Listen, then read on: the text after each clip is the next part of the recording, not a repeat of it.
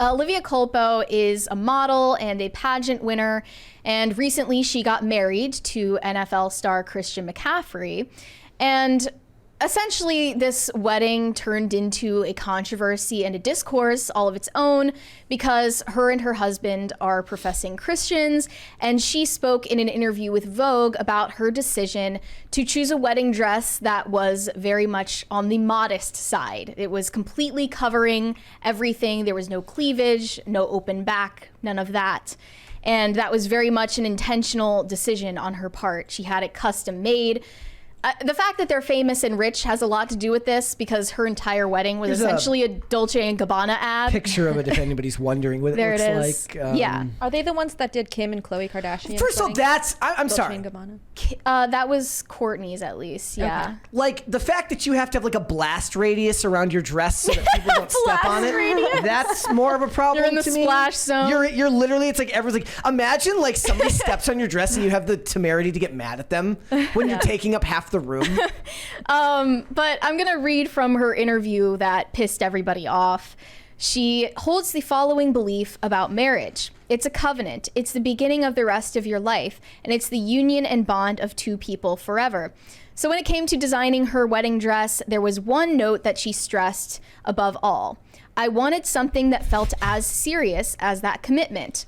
I didn't want it to exude sex in any way, shape, or form. I wanted it to feel effortless and as if it's complimenting me, not overpowering me. There's so much beauty and simplicity. When I think about Christian and what he loves and the moments that he thinks I'm the most beautiful, it's absolutely in something like this: timeless, covered, and elegant. Mm-hmm. She emphasized he finds her the most beautiful when she is covered. Mm-hmm. And, you know, if she decided that that was important to her on her wedding day, to wear something that her husband found her the most beautiful in, I would say there's nothing wrong with that, but feminists, of course, found something wrong with that. And this TikToker, I think her name is Kimberly Hinden, made a 5-minute, almost 6-minute long video breaking down the entire situation and saying that this is offensive, not only because she's working with Dolce & Gabbana, who have problematic past, but also because she is forcing this idea of patriarchal modesty onto other women. Here we go. I have been a bridal creator for 4 years now, and I have never said this before, but I do not like this wedding dress. Olivia Culpo just got married, and this is a great example of how fashion is so much more than just what you see on the surface. When you see fashion, especially wedding dresses discussed on social media, you usually just end up hearing about whether or not the person talking likes the way that it looks, which is extremely subjective. Like this dress, for example, if I were to just look at the dress, I would see a beautiful bride in a beautiful, simple, elegant dress. If we stopped there at just the way the dress looks, we'd really have nothing to say. But it's all the stuff surrounding the dress that leaves kind of a bitter aftertaste. She said 2 things. First of all, she says, I didn't want to exude sex in any way. The second thing she says is she wanted the dress to be as serious as she takes the covenant of marriage. Now listen, there is nothing wrong with wanting a modest wedding dress or just modest attire in general. But the way that she was talking about this went beyond just wanting something modest for herself and pushing this idea of what she thinks all brides should look like. First and foremost, you could get married in your underwear and be taking your... Did she say that she wanted all brides to do this? Or is this lady just putting words in her mouth? She's literally just putting words in her mouth. Here we go. All brides should look like. First and foremost, you could get married in your underwear and be taking your marriage vows very seriously. That's not what true. you wear on your wedding day has almost nothing to do with whether or not you're gonna have a long and happy marriage. I also have a big issue. I bet you there's some, like if you did a study, there's probably some statistical evidence to the contrary, but I can't prove that. With the terminology of not wanting to exude sex with what you're wearing. Because in an oxymoronic way, it is both your choice and not your choice to exude any amount of sex no matter what you're wearing. Let me explain because it's kind of confusing. First of all, the choice of exuding sex. I could wear something and on me, Okay, cut her off. I'm already too annoyed by this woman, but for the rest of the video, she is talking about Dolce & Gabbana being racist. And then she ends the video by calling Olivia Culpo a pick-me, and she said that this is not actually a wedding, it is a conservative statement. So let's just skip to that part of the video. Not a wedding. This was a conservative campaign. And it wasn't even well done. Olivia Culpo is a huge influencer. People were waiting for her wedding dress for like so long. And if you really wanted to push a conservative agenda, all you had to do was make it seem appealing. But instead you took this disingenuous pick-me route that honestly felt more like you were thinking about your narrative than you were about your actual marriage. She told Vogue she prefers to go more natural, so she didn't wear mascara or eyebrow gel on her wedding day. Sweetness, you didn't wear it because you have a lash lift, lash extensions, and eyebrow lamination. You would think someone who's saying that they wanted to take their wedding vows really seriously would focus more on the union that they're having rather than trying to push this notion of what they think brides should or should not look like on their wedding day. So obviously, Olivia Culpo was not trying to push any notion of what all brides should look like on their wedding day. But I think if she actually did go that far and say, you know, you shouldn't be naked on your wedding day, I would support that. Hot take. Hot take. I don't think that you should be naked or in your underwear on your wedding day. Yeah. And that says a lot about how seriously you take your marriage. But this woman is just obviously deeply rotten inside. You know, she's obviously very hateful and bitter. She doesn't even understand what she's mad about, because all she said was this is a conservative campaign and didn't elaborate as to why that would be problematic. If it is, which it's not. Well, she just takes that as self-evident to her own audience of other bitter feminist women. There's like this desire to do things just for the sake of doing them that has never made any sense to me. We were talking, Susan Sarandon's daughter got really mad because she had like a ton of cleavage at her wedding, and people are like, why are you making your grandparents and the priest look at your titties on your wedding day? And yeah, like, that was another thing about Olivia Culpo's wedding, is because it was really important to them to get married in a church, and a lot of people don't do that. You're obviously not going to be wearing something super revealing inside a church. That would be inappropriate. But maybe the notion that that would be inappropriate even threatens people these days. Yeah. But in case, you know, this woman maybe posted the video on a whim and she just hadn't thought about it enough, she actually doubled down after the fact when people were pushing back on her. And Christian McCaffrey himself commented on the video, and she responded to him.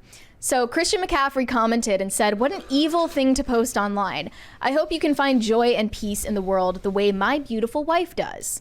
And this TikToker responded, "So what's evil is pointing out the potential internalized misogyny behind her reasoning, her patriarchal comment, and the racist / homophobic / fatphobic history of the designers she worked with." you ever notice how when it starts out as one thing, they have to add like 5 more things? So it's like it's every ism and phobia. It's not just patriarchal; it's also racist, homophobic, fatphobic. Right. It's also. But by the time you know they're losing the when argument. you get to the third, when you get to the third phobic, people don't really believe you anymore. It's you're piling on too much, right? And I guess the notion is that any woman that considers the feelings of her husband or boyfriend at all is a pick-me.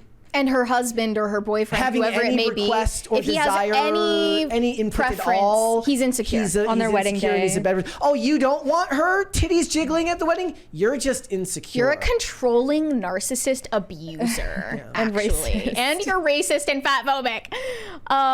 So they just obviously come off as very unhinged. But I saw further pushback on this because Olivia Culpo, being a mega rich superstar, had multiple different wedding looks. She had 4 different dresses that she wore at her wedding at different points in the night. And one of them was a reception dress that was not modest. So she decided to wear a modest gown when she was inside the church, you know, professing her vows. But then later on at the party, she wore this dress where you can see her legs. She kind of looks like she's in her underwear in that one. It looks like a coffee filter. Like I said, okay, so if this was a romantic comedy, there would be a hilarious scene where they're about to have sex after the wedding, and it's in his face, and he can't get the freaking dress down.